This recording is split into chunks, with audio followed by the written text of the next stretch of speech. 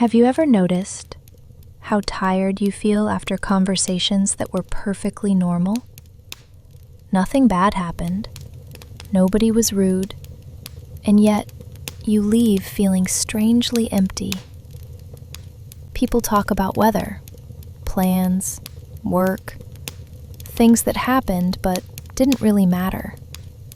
You smile, you respond correctly, you participate, but somewhere inside, you feel disconnected. For a long time, I thought this meant something was wrong with me. Maybe I was awkward, maybe too quiet, maybe not social enough, because everyone else seemed comfortable living inside small talk. But what if the problem isn't your social skills? What if you're simply not built for conversations that stay on the surface? Some people connect through talking. Others connect through meaning. And when meaning is missing, their energy slowly disappears. You might be the kind of person who wants to ask, what actually makes you happy? What scares you at night? What changed you as a person?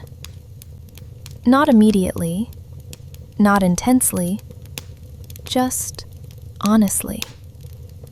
But those conversations are rare, so you learn to adapt, to nod, to play the role expected of you.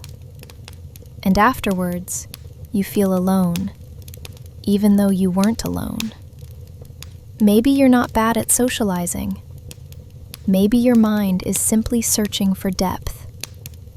And depth takes time, safety, presence. Things small talk was never designed to give. What if nothing is wrong with you? What if you're not bad at connecting? What if you've just been missing a real connection? Let me know in the comments.